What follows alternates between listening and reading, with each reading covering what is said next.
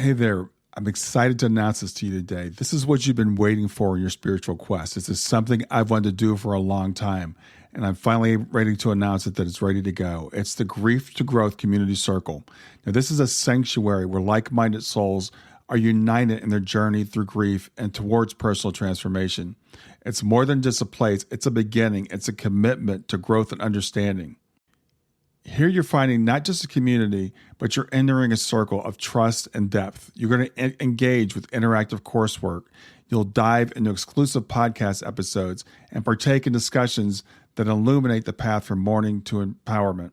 This is a realm where every question is honored and every individual's journey is validated. To be part of this exclusive circle, visit us at grieftogrowth.com/community or look for the chat icon at the bottom of every page on the main website. Remember that entry is a privilege because I want to ensure that every member is as dedicated and genuine as you are. You must apply to join, but the journey within is worth every step. So go ahead and join us today. Check it out, grieftogrowth.com/community, and I look forward to seeing you there. Hi there. Welcome to Grief to Growth Podcast. Your host is Brian Smith, spiritual seeker, best-selling author, grief survivor, and life coach. Brian believes that the worst tragedies of life provide the greatest opportunity for growth. Brian says he was planted, not buried, and he is here to help you grow where you've been planted by the difficulties in life. In each episode, Brian and his guests will share what has helped them to survive and thrive. It is his sincere hope this episode helps you today. Hey, I just wanted to say really quickly before the episode starts, did have some technical difficulty with Frankie's connection. But this interview is one I've been excited about for a very long time. So I was going to press through it because I had her on. I might have to have her back if you guys find the audio is too bad. But try to get through it if you can, because it's definitely worthwhile information. The team books are books I read years ago. I've read them multiple times. I recommend them to everybody I can tell about it.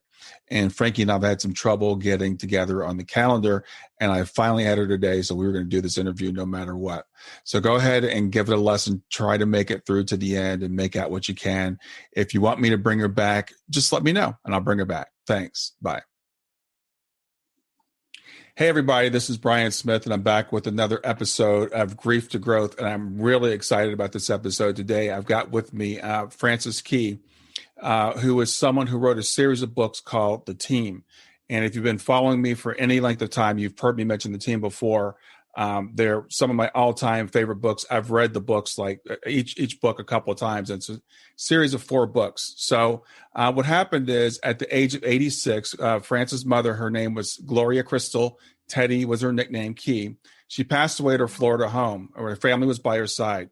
When 19 days later, she began to communicate with her eldest daughter, who's Frances, who I've got with me today, about the scope and wonder of her new perspective from the afterlife state.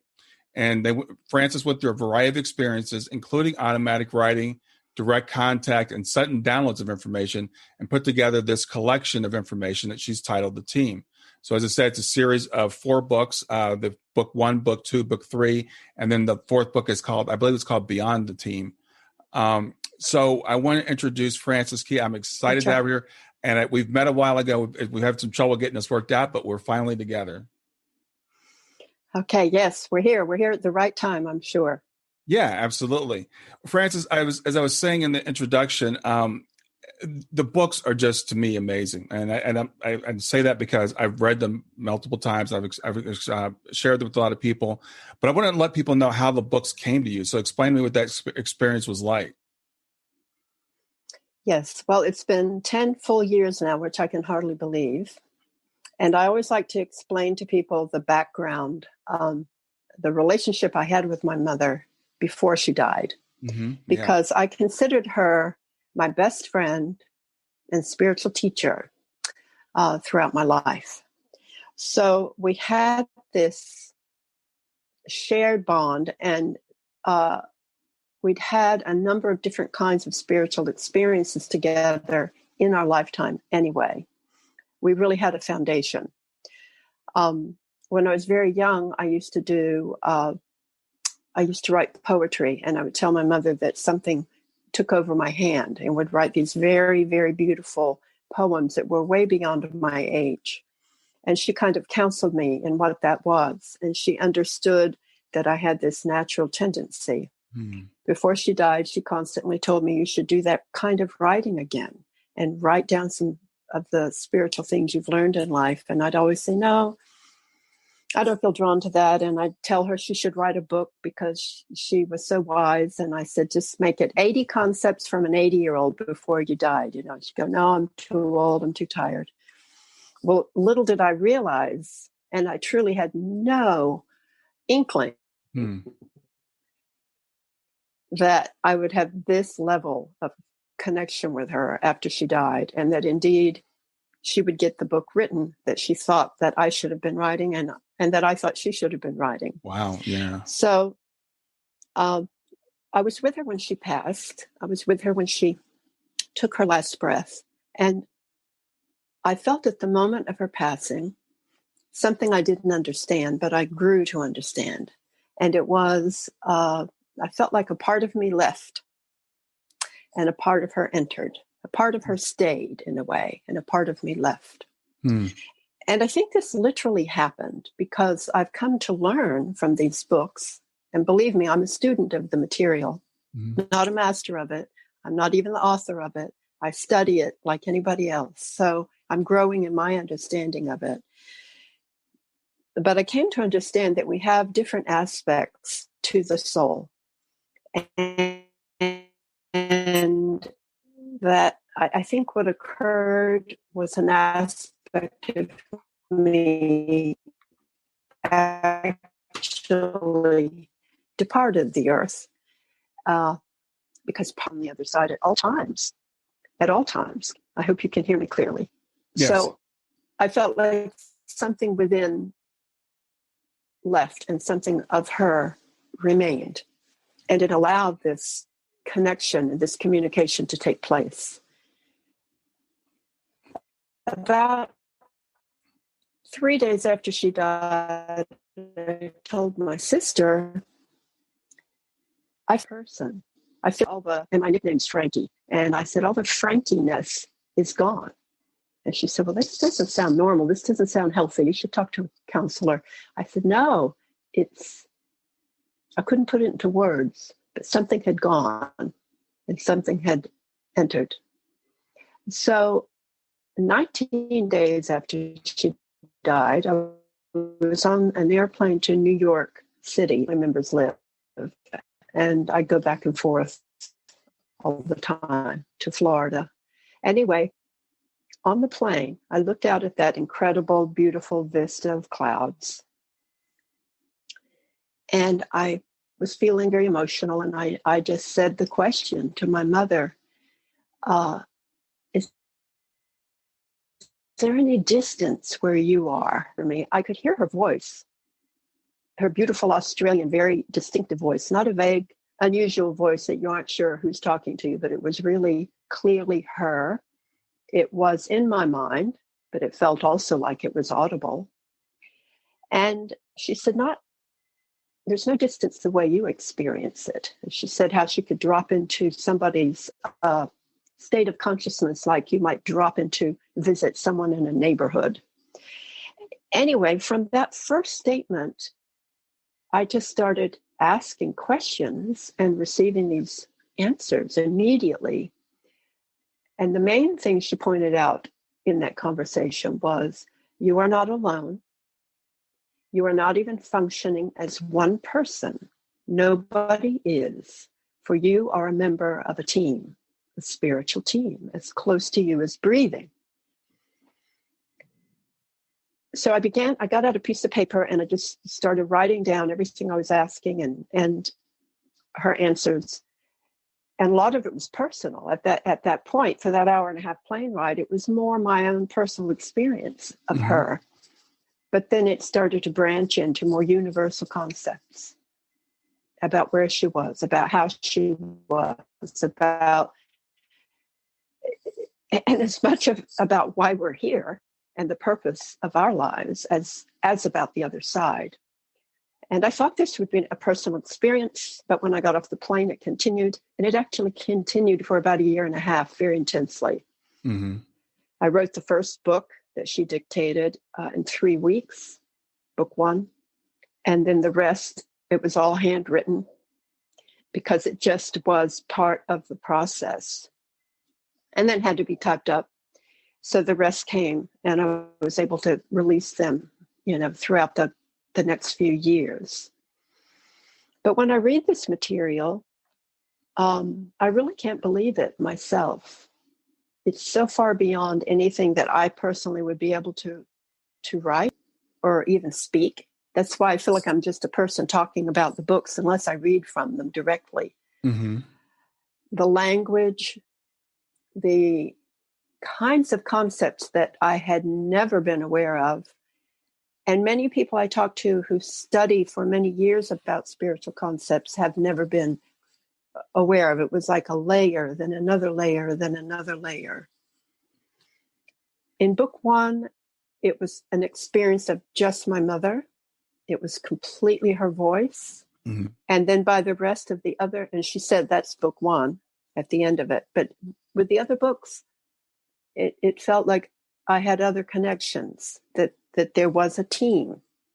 And this team, some were more scientific, and some were more medical. Some were more playful and creative. And there were almost different energies. And the chapters kind of reflect that. Mm-hmm. It always reflects her, but you can feel sort of in beyond the team where it goes into almost like a quantum physics type kind of information in some of those chapters. There's different expertise. Yeah. Yeah. So that's how the books came to be. Do you want to ask me something else about that before I proceed? Or? Well, no, I think you did a really good job of telling us kind of how they came to be, and it's interesting because I've done a book study together before in the books, and you said even at the time you said, well, I'm just a student of the books that you channeled them, but I love the story also about you writing the poetry, as a child, that this is stuff that you were channeling at the time, and your mother having this wisdom, and the two of you working as a team was just perfect for what the concept is, of the whole book. And the thing that fascinates me about it, and I love the name, even the team, because we think okay, what's the purpose of our life? Well, we think, we come here for individual growth, and then sometimes we hear, we have spirit guides, we have a team of people here, but they're all here to kind of support us. But in this concept, or at least I got out of the books, is that we're actually all part of a team. We're not even really individuals. Yeah, book 1, it really is so amazing to me how she describes that we are representatives of our team. Mm-hmm. That to me, that's such a meaningful concept about how to live our lives, And she says, if you think of a business or a person going to a business conference, that before they go, they stand up as the representative, the person who's speaking at that conference. But before they go, they're prepared by an entire team of people, backstage or back home in the conference room, and their meetings and their brainstorming and their troubleshooting and this kind of thing is done before that person speaks. So, and then you return to your team and you debrief them. Mm-hmm. You tell them, well, I went to the conference. This is what went right. This is what I could have done this better. Or I found out we really need to work on this. Mm-hmm. And everybody vicariously absorbs that information. Of course, some of our teammates are right here with us physically by our side, and some are on the other side. And we exchange positions. When we pass away, we work from the other side. The work is still the same. We're just doing it from a different location. Yeah. And others enter here and they have their physical experience and they do their work as well. But all of that is absorbed by our team. And in that way, all the wisdom is leveraged so that everybody doesn't have to do everything or experience everything or incarnate to do and experience every single thing. You can learn vicariously, and you can absorb if you're just like we absorb from one another. Yeah. And we take that information and we incorporate it into our lives. What you've gone through, I am learning from. What I've gone through, you're learning from. We don't have to do exactly the same thing to get that, the impact of it. Stay with us. We'll be right back. Hey there, something I want to tell you about today. My podcast platform, Buzzsprout, has recently made it easier for me to allow you to support me financially.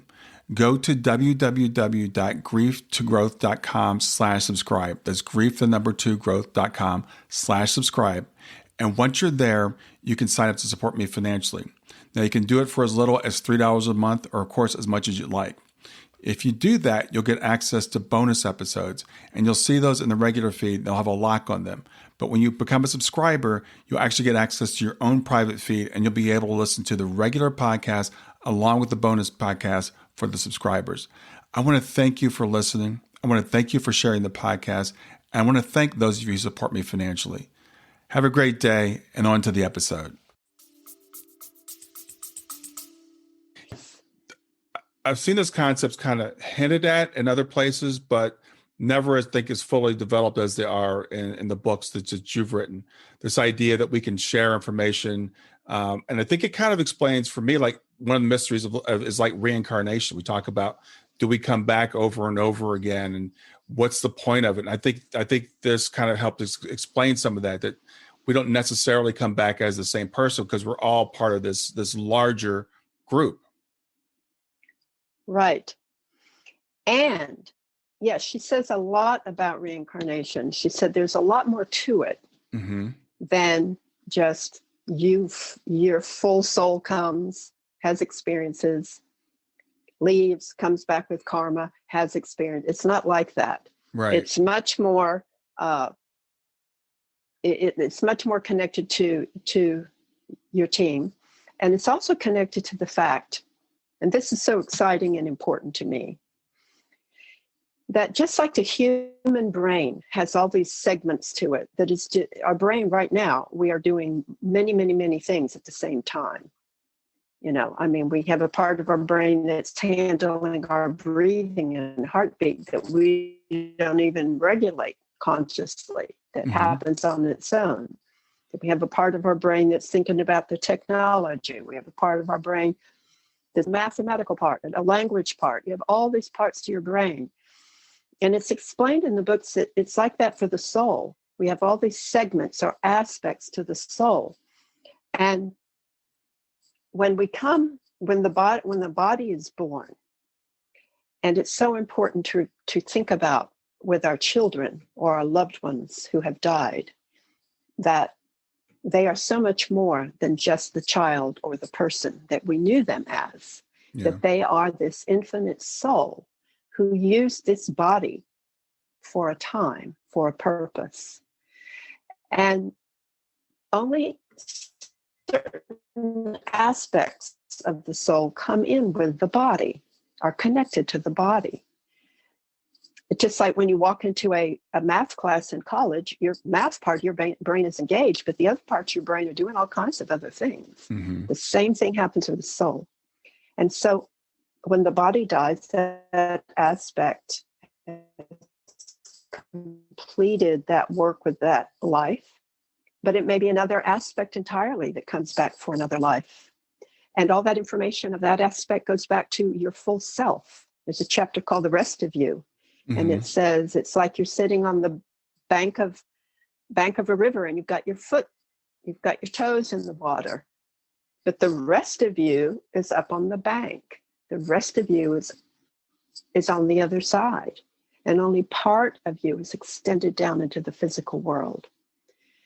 So each of us is so much more than what is even here at this time. I know I got off on a tangent, but we were talking about reincarnation. So it's not our full self that comes in. So even if we reincarnate, it isn't the full self. It's another aspect that needs to do something else this time. And we trade off with our teammates. It gives the example in the book, if a really strong person is present, they're going to pick up 2 of those heavy suitcases and let the child or the weaker one, carry the rolling suitcase. So we may come into a lifetime and we may take on a great deal of, if you want to call it burden, difficulty, challenge. And we may do that for a teammate who's weaker or who needs to rest.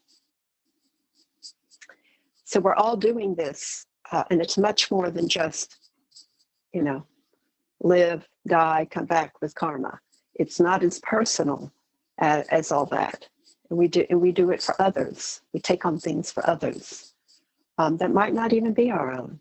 And another person's difficulty, another person's karma is our opportunity for compassion. Yeah. That's another really, I think, interesting concept, because again, we think of ourselves so individualistically, and we think, well, how does this affect me? My illness, my burden, the thing that I'm carrying. But it may not be for us personally. It may be for the other person, or for our caregiver, for example. Yes. She constantly refers to the lookout tower of the soul. Mm-hmm. She said, if you can take time every day in your meditation, or even just in your thought, just sitting and thinking, and let your thoughts go into the lookout tower of the soul, like you're going up in an airplane. It's just so much vaster, wider, broader, bigger than just our, I feel drawn right now to read a few things. Sure, be here. Great. Mm-hmm. There's a chapter in book 3 called "Where Relationships Abide," mm-hmm. and it says here, as you touch, speak to, or look at one another, you assume that you're interacting through your bodies. However, if the soul were not present with the body, you would have no awareness of this interaction. The true interaction is in a realm that is free of the body. It is an interaction that precedes and goes beyond death. So this is what makes our relationships eternal.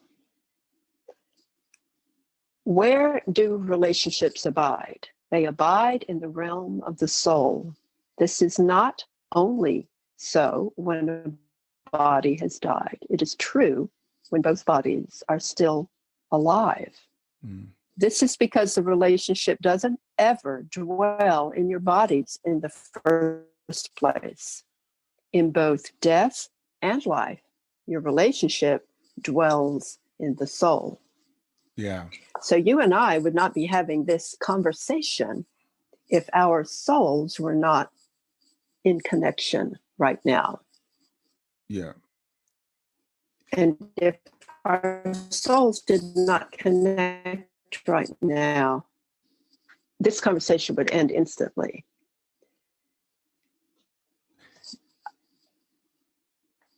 And grieve. It says here, it is not to negate the authentic pain that is felt when a death occurs. Mm-hmm. The physical body interprets the loss of another body as a great absence. And this is to be expected. But when we go through grief, try to remember and say to yourself, I know that my body and all its accompanying senses deeply misses that in the place where our true relationship resides, everything continues as before. It's not a matter of waiting until you meet again. It is a matter of knowing there has been no interruption in the loving flow of the true relationship in the first place. Yeah. I absolutely love that part, and I think you combine that with the fact, as you said earlier, that when we come here, it's only a small part of us that's here, that most of us is still, I call it home. Most of us is still back home. Yeah. So when we think Yeah. of our loved ones, they're not missing us at all because we're still there with them. We're just still here Yes. on the mission for a little while longer, fulfilling our role until we drop the body and are fully back at home. Right. Yeah. In fact, you just said what the very next paragraph said, and I know you've read the books, and yeah, and it points out here, the love you have with your friends and family members has not died with their forms, nor does it only live on in a memory. It's still growing and expanding. The connection you had while they were here isn't being expressed through a body that walks alongside yours, but it's every bit as interactive and dynamic as it ever was. You continue to share hobbies together, learn new things together, laugh, create, make plans together as you did when you were both in the body. mm-hmm. Souls can recreate earthly experiences if they wish. So you continue to go fishing with your grandfather on that beautiful lake, bake cookies with your aunt, swing your child on their favorite swing, embrace your spouse, and so forth. There's just so much more of us that is here on the earth. And mm-hmm. there's so much more of our loved one on the other side who has passed. Mm-hmm. And we are continuing our lives together. And what you said, we're doing our assignment. This aspect of us that is with this body right now has an assignment to complete. And our bodies miss their bodies, but our souls are together. Yeah. And I find it to be a very profound and comforting concept and I love the way you said that our bodies miss their bodies, but our souls are still together. And we can learn while we're here to tap into that higher self a little bit and at least reduce that missing part of it. Yeah. I sat by my husband when he took his last breath. I sat with my mother. I have not lost a child. And as a mother, I can't fathom that kind of loss. Mm-hmm. But I have friends who have lost their children. Mm-hmm. I have family members who have experienced that loss of a child. And even by murder, by drugs, by suicide, I have close people in my life who have died that way. Mm-hmm. So I understand and I've learned when that wave of pain comes to just say, oh, my senses miss their physical senses. My body misses their body. And I acknowledge I don't try to squelch it or pretend or push it away. Mm-hmm.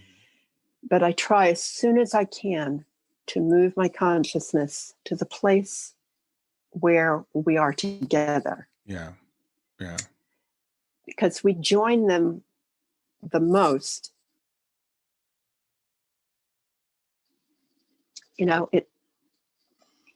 It's sort of like they're in the next room. They're up the stairs. Mm-hmm. And we join them. They stay in the basement. So that's really the best thing that we can do is to, through meditation and through thought, through service to others like you're doing, because we teach what we learn. We learn what we teach. Exactly. Say, okay, my body misses their body, but my body's not going to last forever either. Right. So I don't want to put all my focus on what my body feels and what my senses need. I want to work from the soul viewpoint as much as I can. Yeah. And that's Yeah. the book. They think they do a really good job, at least for me, of lifting me to that higher perspective, that lookout tower. And I remember another analogy in the book is like, Yeah. we're on a mission, and some of us are down in the valley and some of us are scouts, up in the upper levels. And we take turns going back and forth. And right now I happen to be on point, I happen to be down there in the trenches, but to remember that there is always that higher perspective. And I hear so many people in grief saying, I will never see them again. And it just breaks my heart every time I hear someone utter those words, I will never see them again. Because while it's true, physically, we won't see them with our bodies again, we will see them again.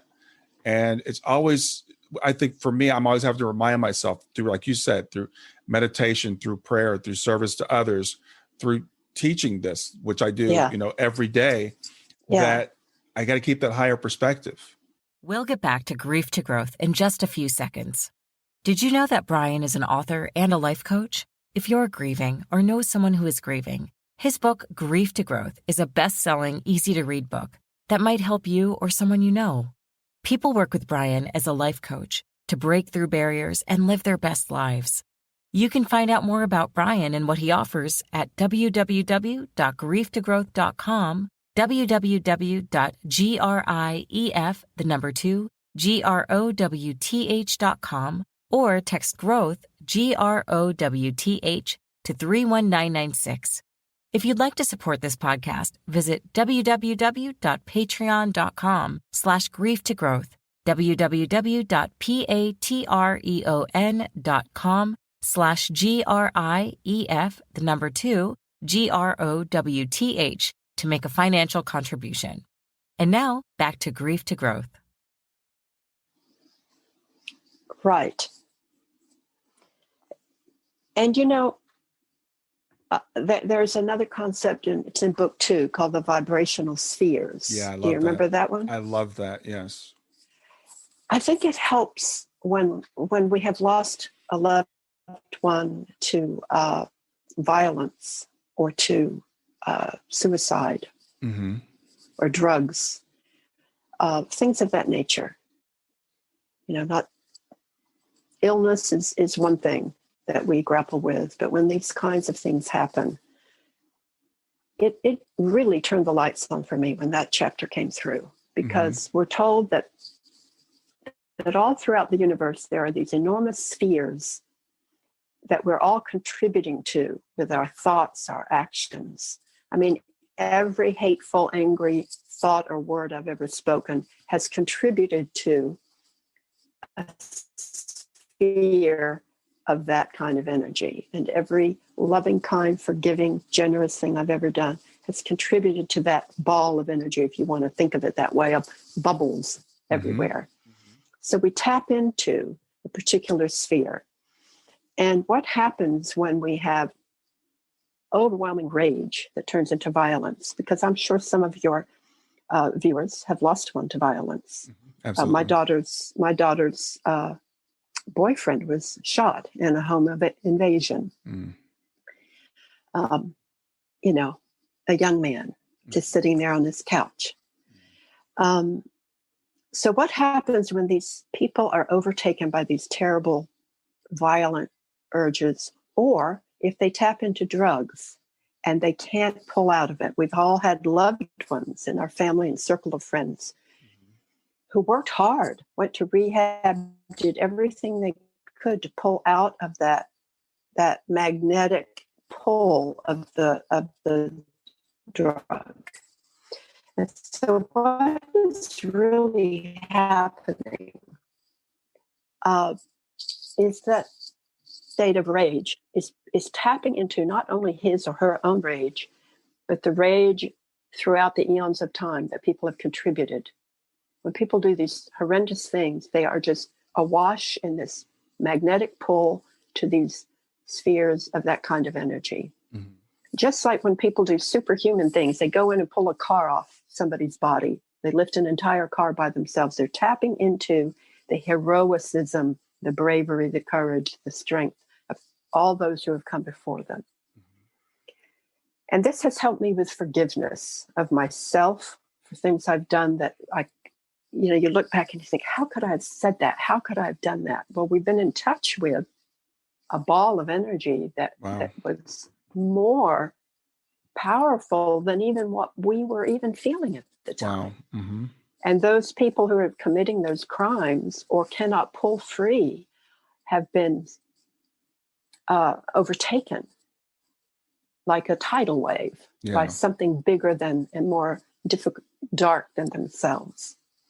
And it's helped me with forgiveness for myself, and it's helped me with forgiveness for others. Because we're always contributing something 24/7. We're contributing something to these spheres. Mm-hmm. There's no way to not be contributing because we're creative beings. We're always creating with our words, with our thoughts, with our deeds. We're creating, and we're putting this energy into these. So it helps me to think that I'm helping a teammate, and I'm helping my team to become more aligned with those spheres of love and kindness and forgiveness. Every time I do it, I give it to them. And I'm also, everything in those spheres is available for other people to pull from. Every time you heal from a terrible trauma, or heal from a grudge, or heal from an anger, all that healing is put into these spheres, and the people who need healing can pull from it.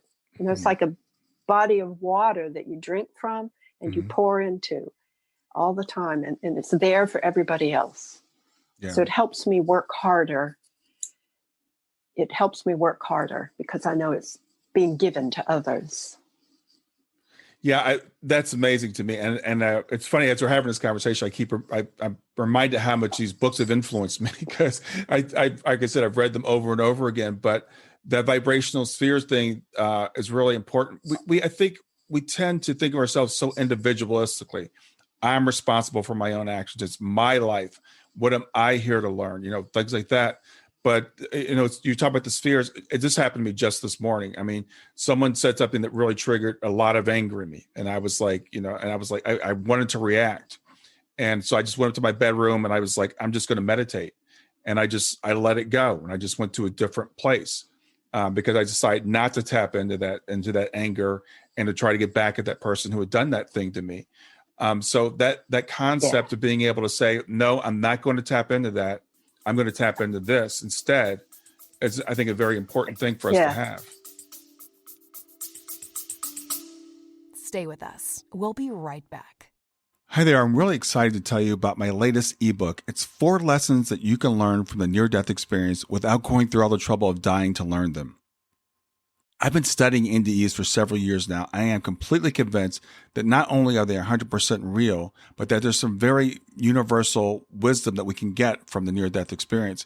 And I've distilled that down in this book into 4 short lessons. And I've also given you all the reasons why I believe the NDEs are absolutely real. So go to www.grieftogrowth.com/NDE lessons to pick it up for free. www.growth.com/NDE lessons. I hope you enjoy it.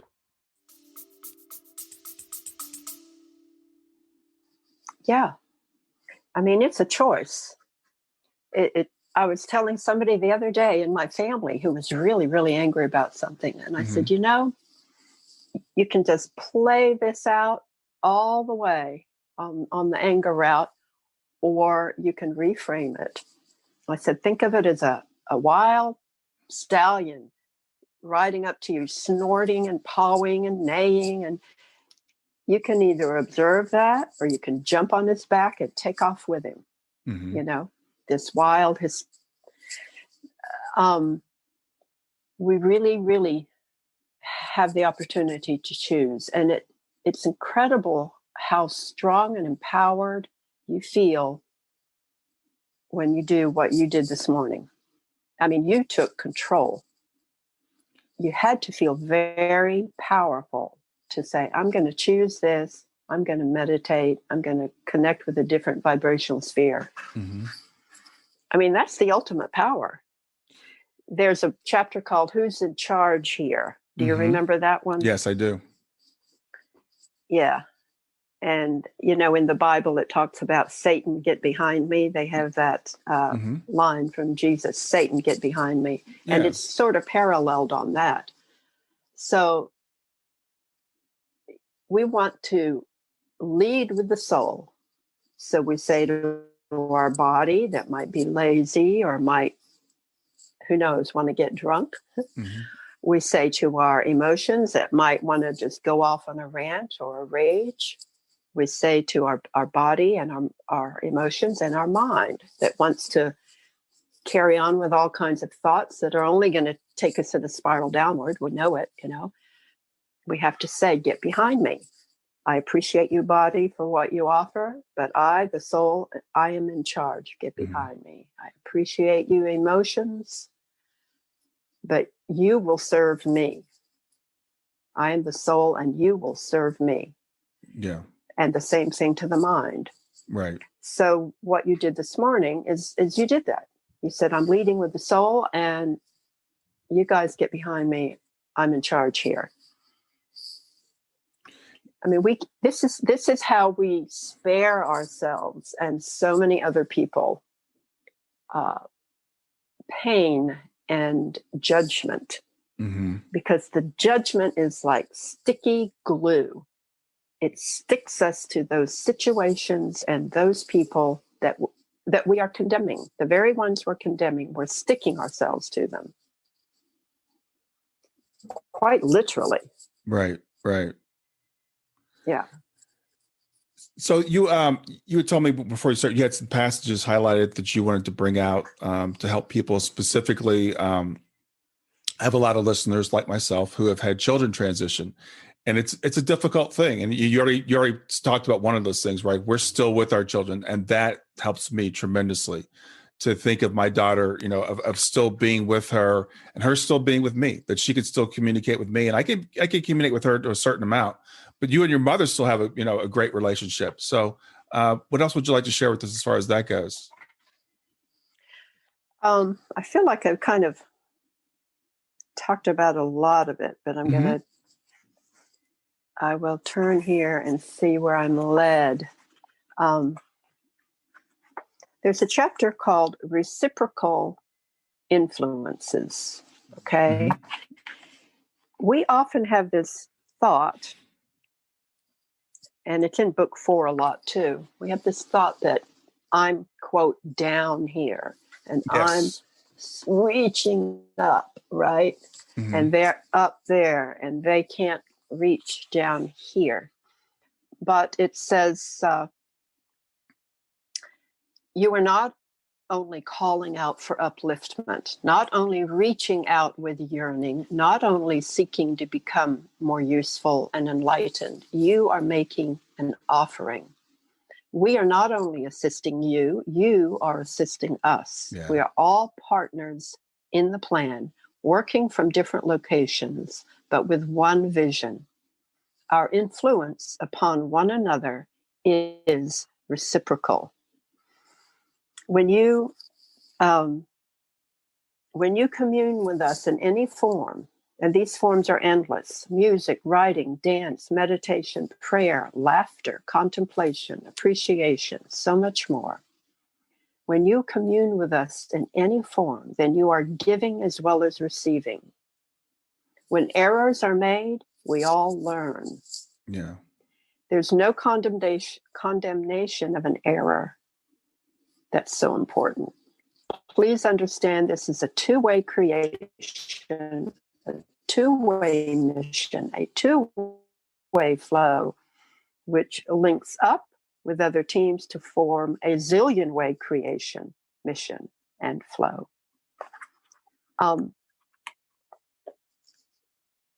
They can't do it all for us just because they may have a higher perspective. Like when you're in the lookout tower, you can look down and go, watch out over there. I see this, I see that, because the person on the ground can't quite see it. So we want to keep our intuition open to our loved ones who have passed and to our team, to our teammates, because they have this big, broad perspective and they can guide us. And a big part of being guided is I want to say listening, but listening because we're being flexible. If we are rigid in, it's got to be this way, I've got to do it this way, that person has to do this for me in this way, this has to happen, that we're not being open to the many, many, many possibilities and the many ways things can be done. Yeah. So when we listen, let's be flexible.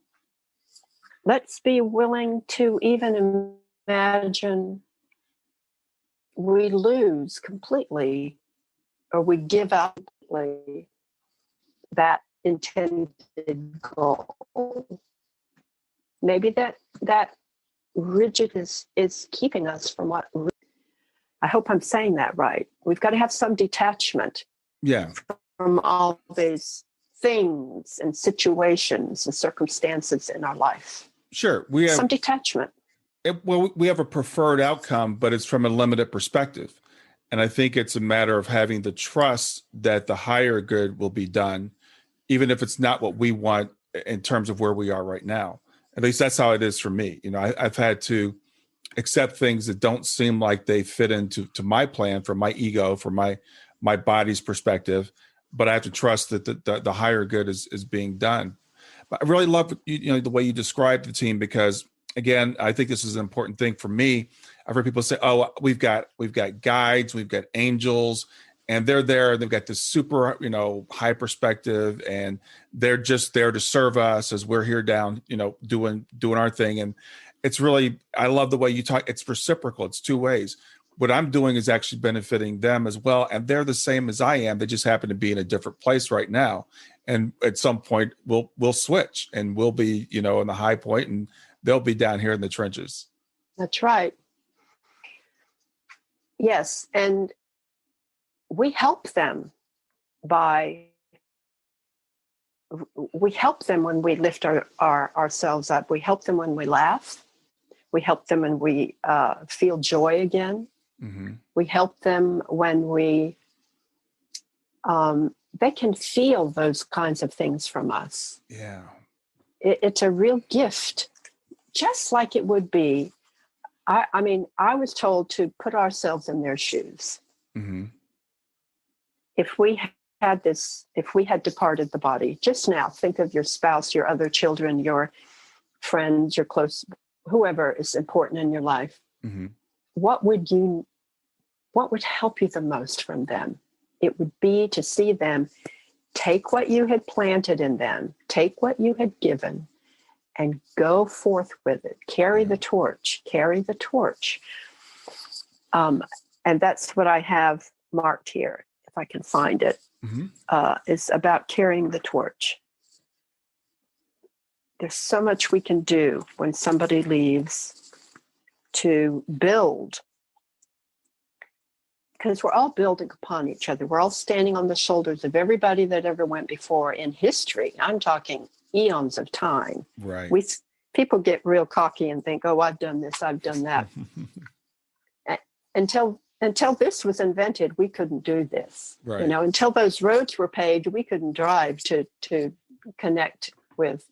So many of the things we think we're doing, we're built on so many people. Mm-hmm. We shouldn't get too egotistical about it, It says here about carrying the torch. Having trouble finding exactly what it is, but it's important. Mm-hmm. If a teammate dies without completing a portion of his or her mission, you can fulfill it for them if your commitment is great enough to carry you through. This is the impetus behind the drive to do something in memory of someone, whether it's establishing a foundation in their name or fulfilling a dream that person had but never got to live. If someone transitions to the other side and recognizes something important they had intended to accomplish but didn't, their yearning to make it right is great. From their higher perspective, they survey the situation and assess which of their teammates might be in a position to complete the work. If they sense that you are willing and able, they might reach out to you in an effort to impinge a vision of this possibility on your mind. So, Yeah, I can really relate to that, and it's interesting because I talk to a lot of parents, and we feel like our children have left us with a mission, something for us to go forward with. And what you said earlier about grief and about what the other person on the other side wants for us, I think is extremely important as well. Because again, when your child passes before you, sometimes we don't feel like being here.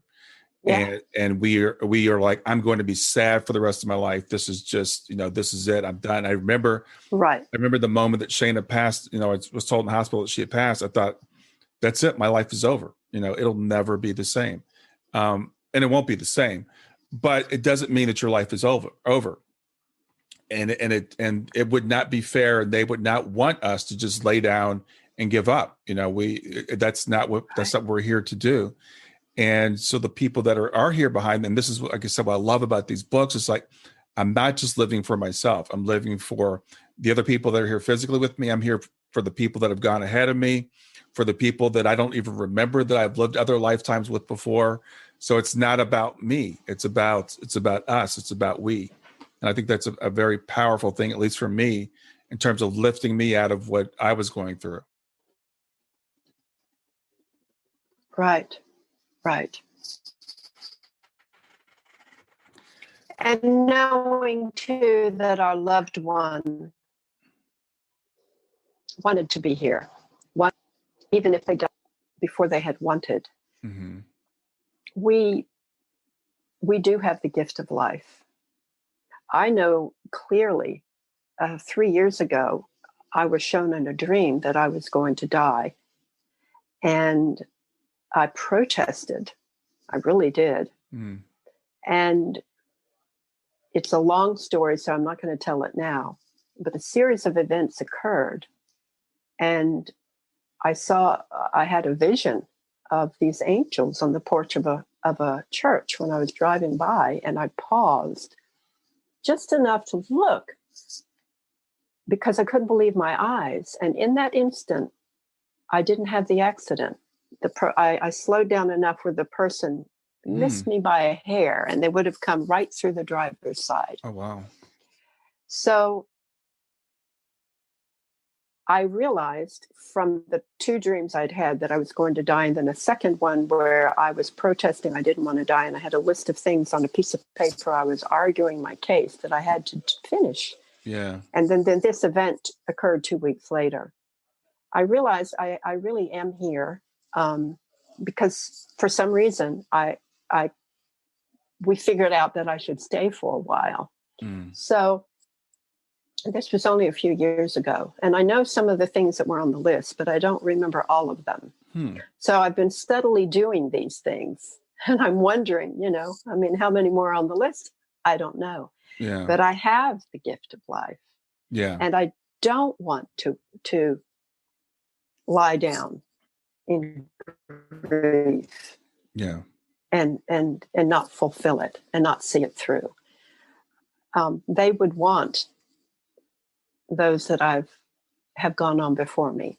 They would want me to fill it. And when I go back and I join them again, I want to come back to this conference with some concrete accomplishments and wisdom, because it isn't the things, it isn't the money or the success or the things that we get or do, but it is the wisdom we gain and we give to others. We gain and we share. We gain and we share. With humility. Mm-hmm. That is what we go back with. There's a chapter called Naked, where my mother describes what it was like for her to die and how you leave naked. You come naked, you leave naked, and you have only, this is what you do. You take all the love that you have received, truly received from others with you, without strings attached, true love that you've received, and all the love you've given unconditionally with strings not attached. That's what you take with you. That's it. Yeah. Yeah. Well, you know, So we do have this life. We have it. mm-hmm. And we can offer it to our loved one. Yeah. Yeah. And that's the way I try to think of it now. And the way I look at it is, first of all, it's not very long. Once we realize that we are a soul and we, this is just a very short period of time, and none of us has to be here forever. So while we're here, we need to make the most of it. And I know my daughter very well, and I know that if I don't, that she's going to give me a hard time.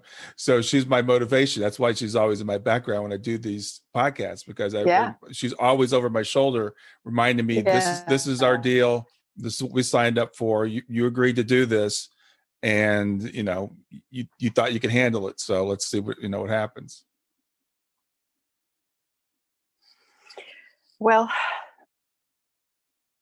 and we never want to minimize the pain that we go through. I just helped someone write a memoir, and when she's ready to release it, I hope it may be somebody you'd like to interview. Mm-hmm. We have written this book together, and it is about what she has gone through in her son being shot, and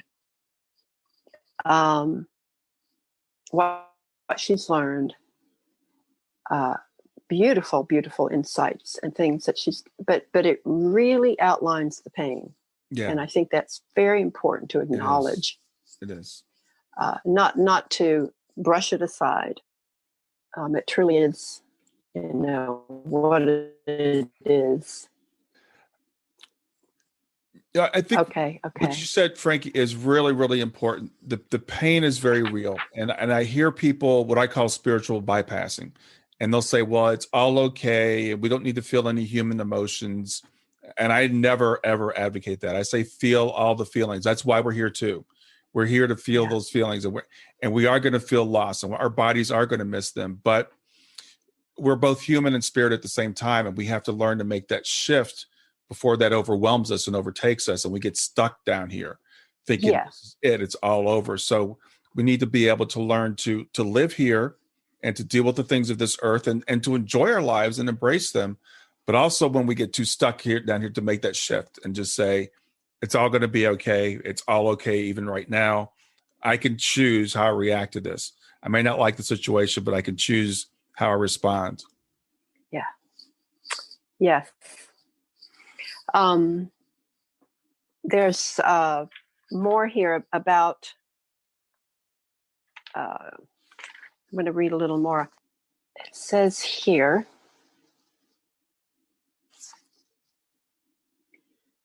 becoming truly aware that your life was pre-planned with your team around spiritual agreements will refine your sense of the legacy you're creating. Now, I want to say about that we do not, that we come here with general goals and general ideas, and we adjust them as we go along. It's not all written in stone, can't change it. And all the things that happen are not always pre-planned. So there isn't always the intention of a certain event occurring a certain way. Many things can occur to influence that. But from my perspective on the other side, this is being stated by my mother, I can see how when a soul departs a body, it leaves behind a trail of influence.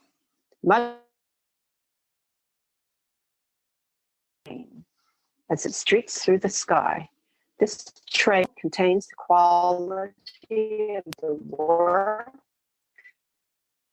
completed on the earth, which can range from minimal to residual vibratory after death, and are clearly visible to the departed soul and teammates. So it says throughout the books, someone can live 5 minutes and have incredible, and live 100 years and have made very little contribution to others. The value of a life is not determined by its length, And it's certainly not determined by, my thought just went away. I can't finish that sentence. But Well, it isn't always the big, great things that right. have impacted the world. Yeah. Tiny, small moments can be an offering into that vibrational sphere of love.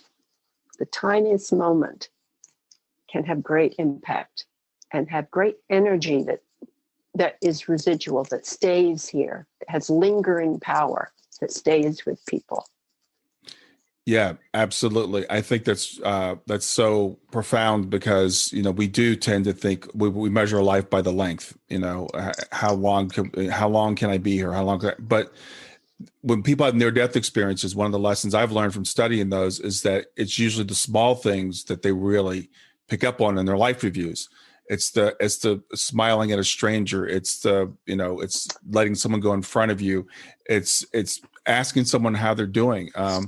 I recently was talking with a young lady who her mother had passed away, and she's walking down the street and she's just sobbing. And a stranger stops her and asks her, are you okay? And she says, should I say I am? The stranger goes, no, really, are you okay? And they struck up a conversation. And it turns out this person her mother had passed away also when she was young. And they had this conversation. It ended up changing this other woman's life. And it was because a stranger stopped her on the street and said, are you okay? And I imagine when that woman has her life review, she's going to have an idea of how big of an impact that moment had on that young girl. That's right. And we're told that we can have teammates that activate our spiritual DNA by encountering us briefly in our life. Just like our physical DNA gets activated, as you form from an embryo into a human being, certain things have to happen along the way to activate certain parts of the DNA to trigger this, create this organ, make this happen. This hormone has to be secreted and so forth. So, and then all throughout our life, people that we encounter activate latent talents or hidden abilities. Wow. So emotionally, spiritually, this happens too, where we encounter a teammate who was there for that purpose. And we can even encounter another aspect of our own selves that is associated, because there may be certain aspects of your soul that are associated with Brian, but other aspects may be associated with a totally different person that is right here on this earth. And you may encounter yourself. A part of you can reach out and help another part of you. Yeah, that's a really deep concept, and that's one of the things. That's why I have to read the book over and over again, because it gets really complicated. There are different aspects of myself that could be in other bodies. We are all part of a team, and then one of the books you even talk about leagues. So we're in teams, and the teams are on teams that form these leagues. So yes. And the leagues are part of, I think it's legions. The other word is used, legions. And then, but in that part where it tells all that, it's in beyond the team. It's saying, don't get caught up in the terminology that these are words given to us so our human brain can get it all. But really, this team belonging to the leagues, belonging to the legions, and on and on and on. It's because everything is one.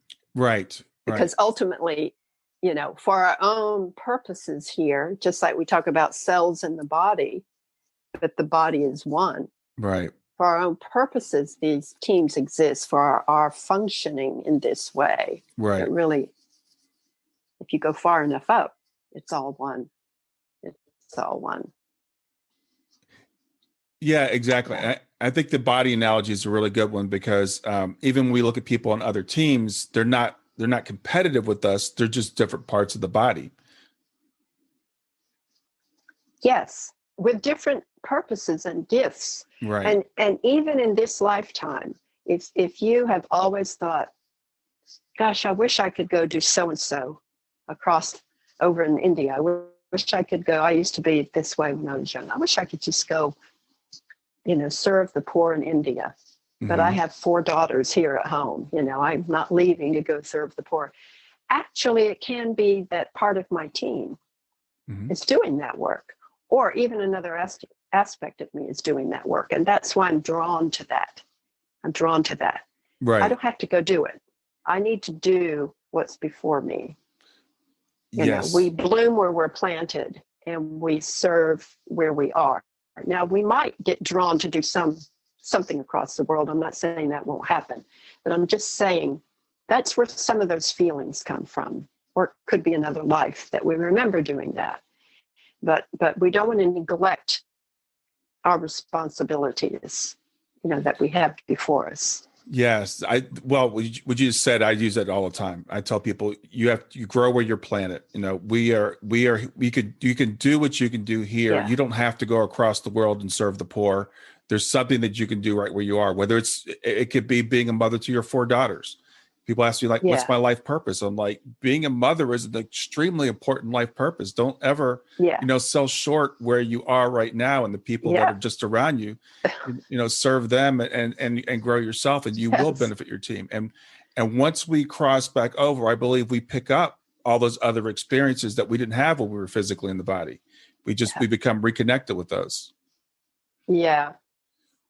Okay. Um, I'm going to email you a poem that maybe you could put up on the screen at the end, Sure. or share with people, called Carry Your Torch, which Mm. I wrote for the young man who was killed in the home invasion. Wow. Okay. And I think it could mean a lot to your people, to your listeners. Yeah, I'd be glad to do that. Okay. Well,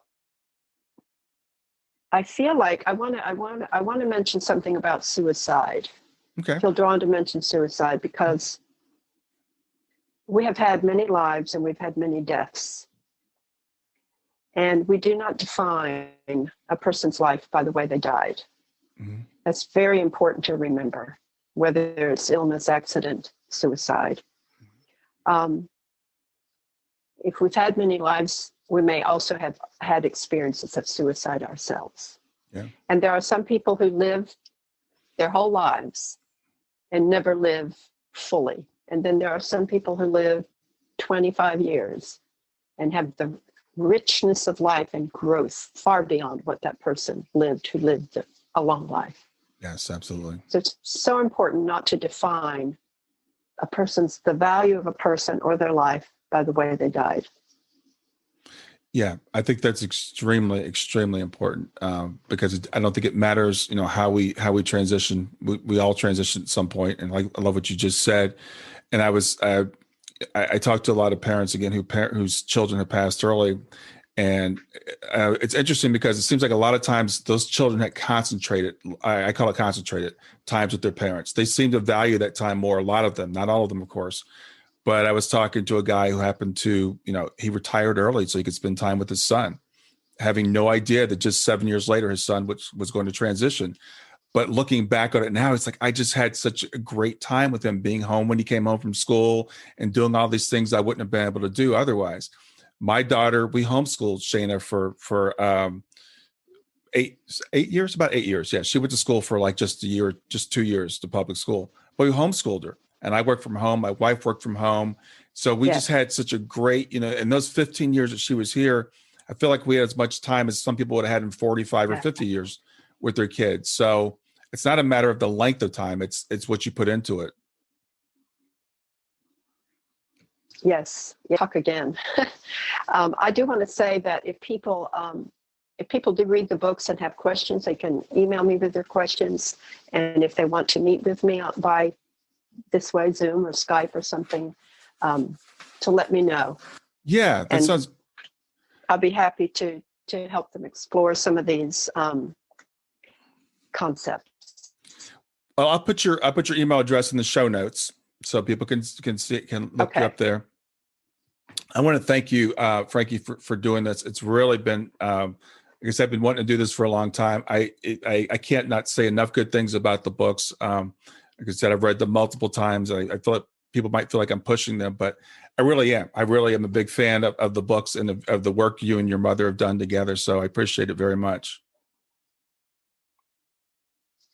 She has her books have there's about 100 insights in the 4 books, and they've helped thousands of people. Yeah. And I'm one of them. Yeah. They changed my life. They changed me in my essence.